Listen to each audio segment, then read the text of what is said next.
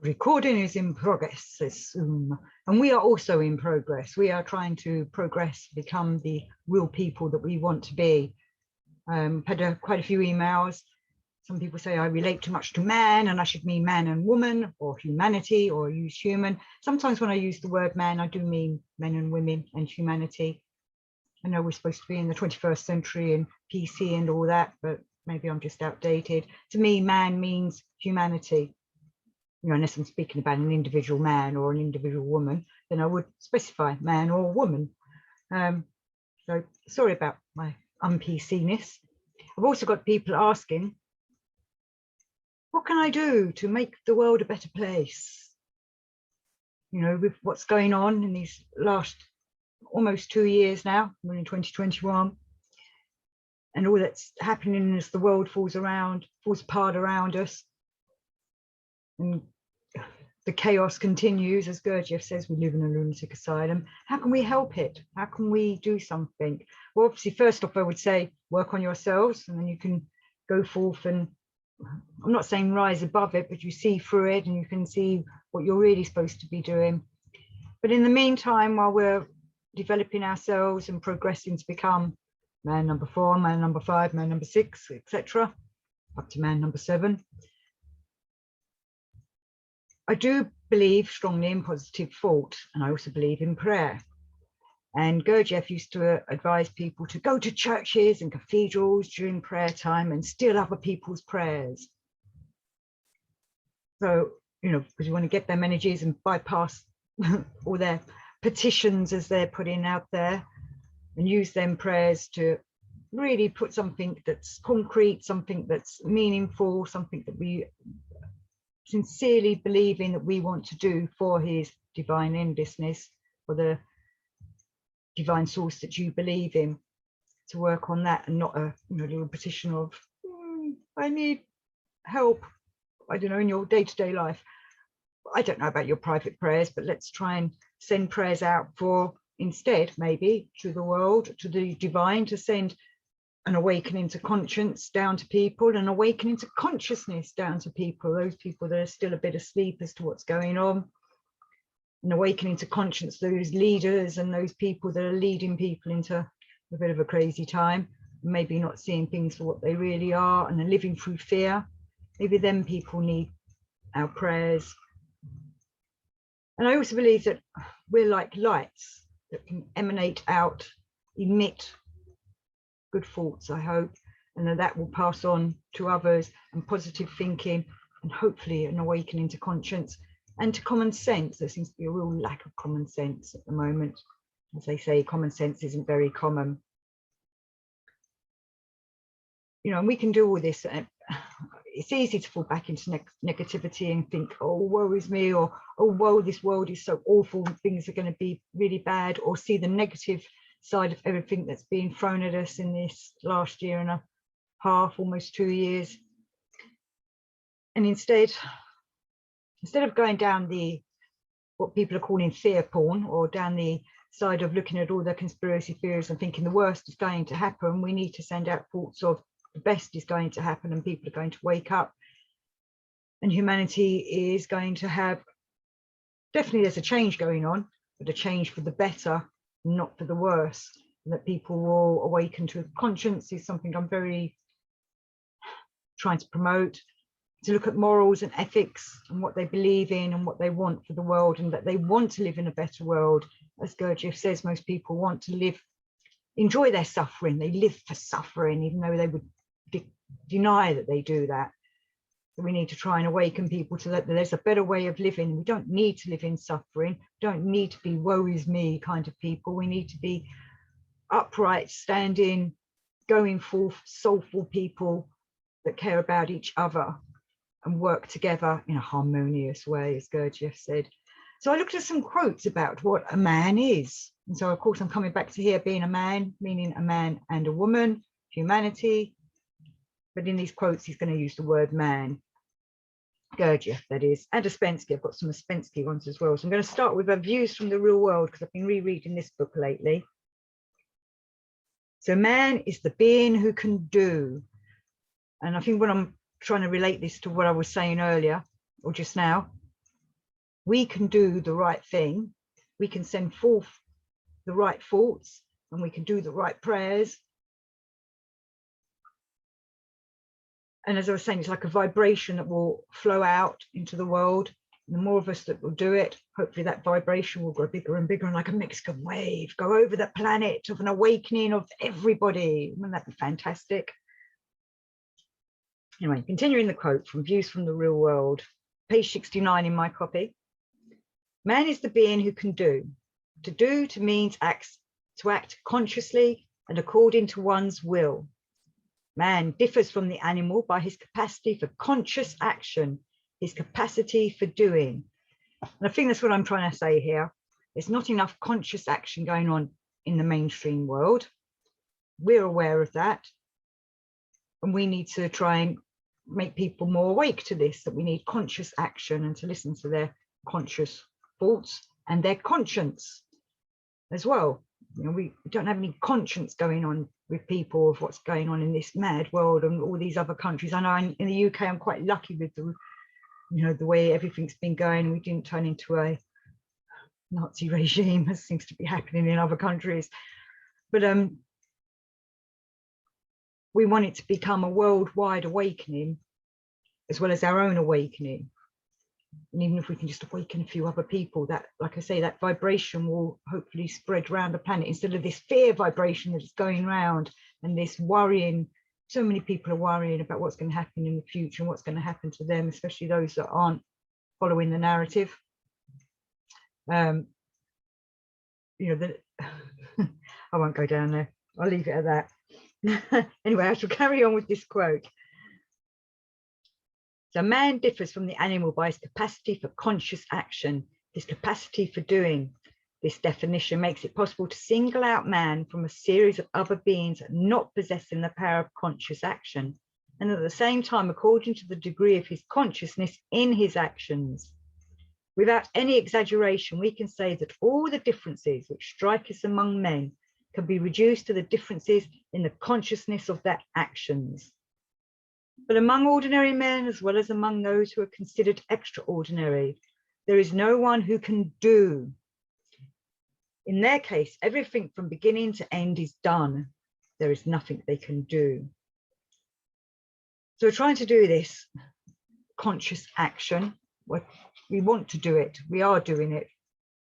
And we're going to pass that on to other people, you know, even if we're just examples of being conscious action. Hopefully other people will start thinking for themselves and being conscious action as well, but not in a violent way. You know, there's all peaceful protests going on around the world, thankfully, but there's also a lot of people that are taking these protests to the extreme. And okay, maybe in some countries it's the police and the governments that are turning violent, but we need to send out that vibration to them to awaken to their conscience, and send out that vibration that they are aware of their actions. I think some people do these ideas and have these decisions they make, and then they won't back down on them because they're worried that we're all going to laugh at them, you know, when they realize that they're wrong, but they won't back down. You know, some people are so stubborn. We need to show them that we wouldn't be like that to them, that we would be understanding. They, you know, as we understand from the Gurdjieff work, it does it, not I. I know these people probably don't understand that, but we can be compassionate, we can be forgiving, but at the same time we need to do the action of sending forth that conscious awakening. So doing some more from Views from the Real World. I forgot to write the page numbers down for the next ones. To have the right to call oneself a man, you must be a man. And this being comes only through self-knowledge and work on oneself in the direction that becomes clear through self-knowledge. So we're working on our being. Most people think they are a being anyway and don't realize that they're not awake, that they are in fact asleep, and that they're not being their true selves, that it's their different eyes are puppeteering them throughout. It must be quite difficult when you're a leader of the government or a person of, I don't know, World Health Organization or something that's got to come through these big decisions of what's been happening in the last few years. and having to look like you know what you're doing is right, when really no one knows what's going on, I don't think. Maybe that's my own personal view. I don't know what you think, but what's happening in my own view is this is a changing of times, a changing of epochs, and great transitions happening. And this is what I believe Gurdjieff, Rudolf Steiner, and even Blavatsky were warning us about, that there's going to be a transition coming, and humanity's got the chance to either continue and evolve upwards, or it could fall flat on its face. And at the moment, it feels like it's falling flat on its face. But maybe I'm just seeing it from my own little closed view. You know, here in Southeast London, things are, like I was saying earlier, I've got it a lot easier than other countries. So I feel like there is an element of hope happening, that people could wake up, or people won't be caught up in this narrative that's going on, and actually see what's really happening. And I think there's a lot of confusion going on out there, and I'm sounding confused myself, I'm sure. There's a lot of confusion going on amongst the world leaders, amongst the authorities that are struggling to keep this world afloat. And so then people need a vibration coming from people, hopefully like us, that can emanate out a feeling of peace, calm, and when people are peaceful and calm, things start working inside them, hopefully the truth. I know some people find it difficult to be peaceful and calm. They start wondering and worrying, oh, what's going on? What is this? It's quite an alien thing to them. But maybe this time, if they feel that vibe, they might start thinking and connecting with their higher selves and the divine universe, and the divine in the universe, and becoming harmonious with it, and understanding what their role is in this world. I don't know. Anyway, I hope that makes sense. But we as humans doing this work, the Gurdjieff work, and studying Ouspensky and Steiner, or whoever you're into, we need to be examples. We need to be doing conscious actions. So I was just going to do a quick thing from In Search of the Miraculous, not quick thing at all, actually, it's quite long, this quote, so be ready. In Search of the Miraculous, page 71. So we're still talking about men and women, us. Once again, let us take the idea man, writes Ouspensky. In the language of which I speak, instead of the word man, 7 words are used, namely man number 1, number 2, number 3, number 4, number 5, number 6, and number 7. And with these 7 ideas, people are already able to understand one another when speaking of man. Man number 7 means a man who has reached the full development possible to man, and who possesses everything a man can possess, that is, will, consciousness, permanent and unchangeable I, individuality, immortality, and many other properties which in our blindness and ignorance we ascribe to ourselves.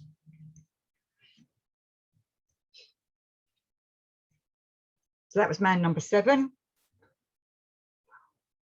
which I hope one of us manages to achieve. Man number 4 is not born ready-made. He is born 1, 2, or 3 and becomes 4 only as a result of efforts of a definite character. Man number 4 is always the product of schoolwork. Man number 1, number 2, and number 3, these are people who constitute mechanical humanity on the same level on which they are born. Man number 1 means man in whom the center of gravity of his psychic life lies in the moving center. Man number 2 means man on the same level of development, but the center of gravity of his psychic life lies in the emotional center, the man of feeling. Man number 3 means man on the same level of development, but the center of gravity of his psychic life lies in the intellectual center, the man of reason, who goes into everything from theories, from mental considerations. So people in this world that are running this world, in the different countries, leaders of whatever they're leading, will be one of them 3 people. And they're all unbalanced, so they've got one of them sides of themselves fully more developed than the others, which is why maybe there's such a vigorous totalitarian thing going on. I don't know how to get someone that's balanced in charge. You know, maybe there isn't anyone balanced enough to be able to really take charge of the world, and maybe the world peoples that are all asleep would rise up against them because maybe they'd be jealous of such a man being like that, which is why we need to try and subtly pass this understanding on to people, which is probably why it was all mystery schools before, hidden away for only those with ears to hear to join in with. We haven't got mystery schools now, it's us doing it and others doing it, and you know, it's out in the open. It's not a secret occult anymore. It's just for those with ears to hear that are trying to pass it on. But there are people wanting to hear it. So all these people that are in charge, that are not quite balanced and are leading us down these mad, chaotic roads, we need to send the right vibrations to them that they can somehow come to their senses and become more understanding or more balanced, and perhaps take a step back as to what they're doing and rethink what they're doing. And again, maybe we can do this through prayers, through meditations, through just sending out them forward vibes and trying to help them. Because everything, I believe, you know, you put that thought out there, it goes out into the universe.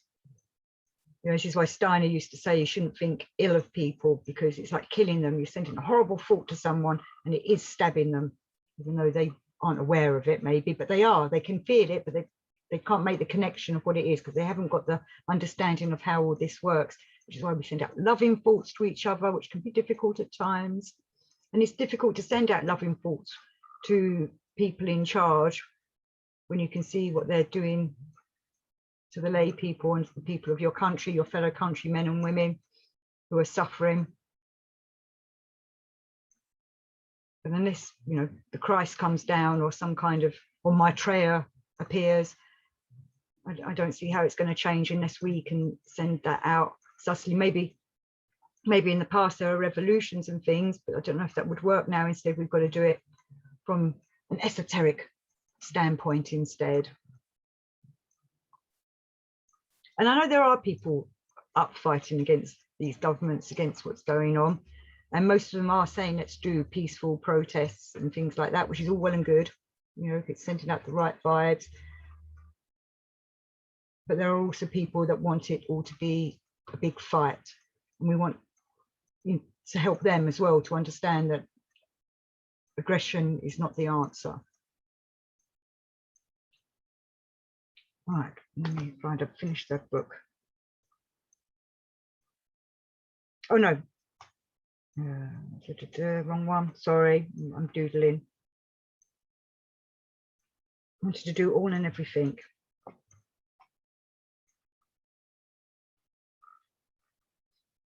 So in All and Everything, this is a one-line quote. A being so perfected that he was already able to direct his functions as he wished. So I'm saying to us, let's try and direct our functions out there to the people to try and waken them up. Are we perfect enough to do it? I don't know, but we can only try and do. I've got to stop saying the word try. We must do it sincerely and with meaning and with hope and love and all that, sending out them bright vibes.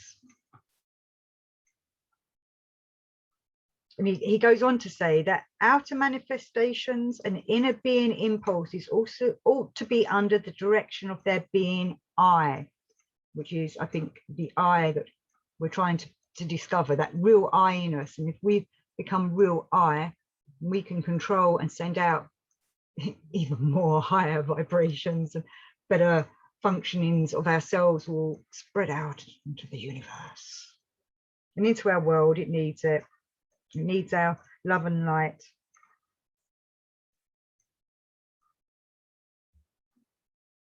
So this is from Life is Real, Only Then When I Am, and that's what we're trying to find, isn't it? To be living in life. Page 127.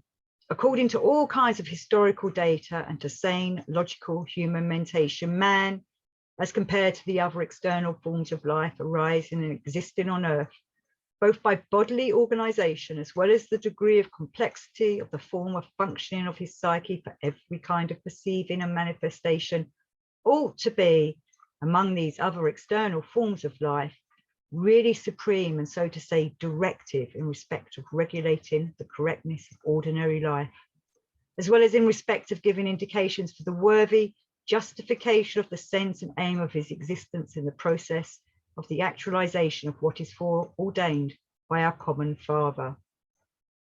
The worthy justification for our existence, and we making our lives worthy enough to be justified for living and continuing on after our death. Are we within, I was going to say, are we within living? Are we living a worthy life? Are we doing worthy deeds? I hope so. Right, not. So I've got all my books down on the floor today. I normally have them on a little table here, but my table collapsed. So now I'm down to picking things up off the floor. So C.S. Knox, wonderful books, wonderful man that knew what Gurdjieff was saying, and Spensky. Normal man is a being who feels, who is designed to encounter, create, and overcome difficulties, a contrast to ordinary man, who believes that man exists for his own happiness and peace. What counts is overcoming. What counts is effort. A man may create difficulties within the field of his own choice and must have an aim which requires effort to attain. But as the aphorism states, we must use work as a means, not an end. It means the work. I'm sure many of you know that in the house in the Priory in Fontainebleau, in the place where they did all the movements and the exercises, there are aphorisms all written around the walls of the building. I've done shows on them, used some Mr. Gurdjieff animation puppets to explain them. So the aphorisms are back, I did that a few years ago, but maybe I'll add one to an end screen if I remember. What we want to do. Yeah, so we're overcoming and putting effort in. And we want to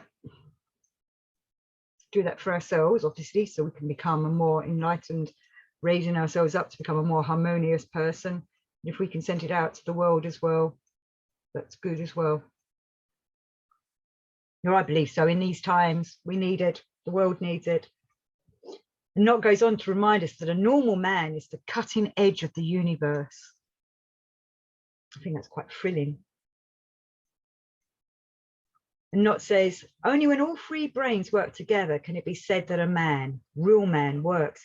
Otherwise, he works like an animal, which is what I think is going on in the outside world that we can see is happening. You know, the people in charge are acting like animals, which is making the rest of the world act like animals as they stand up against them or follow them like sheep. When all three centers work together, then it can be conscious work, but one has to learn how to work like this. What you can do, when you do a thing, do it with the whole self, one thing at a time. Now I sit here and I eat. For me, nothing exists in the world except this food. This table, I eat with the whole attention. So you must do in everything to be able to do one thing at a time. This is the property of man, not man in quotation marks. And that's actually from Catherine Hume's Undiscovered Country. And she spent many years with Gurdjieff in Paris during World War II. You know, they were in difficult times as well, and they still are managing to work on themselves, as we are also living in difficult times. Or as the Chinese would say, may we live in interesting times, or we do live in interesting times. I'm pretty sure we're living in some kind of end times. And I hope to get someone on to discuss about this and about the solar minimum that's going on. Sun affects us all. We all want to be solar beings. I strongly believe that we can transform into suns and create the earth, turn the earth into a sun. So go forth and be shining rain beams of the sun. Thanks for watching me babble on. Thank you. Speak to you again soon. And I do enjoy your comments, and I also appreciate your emails. Thank you for getting in touch.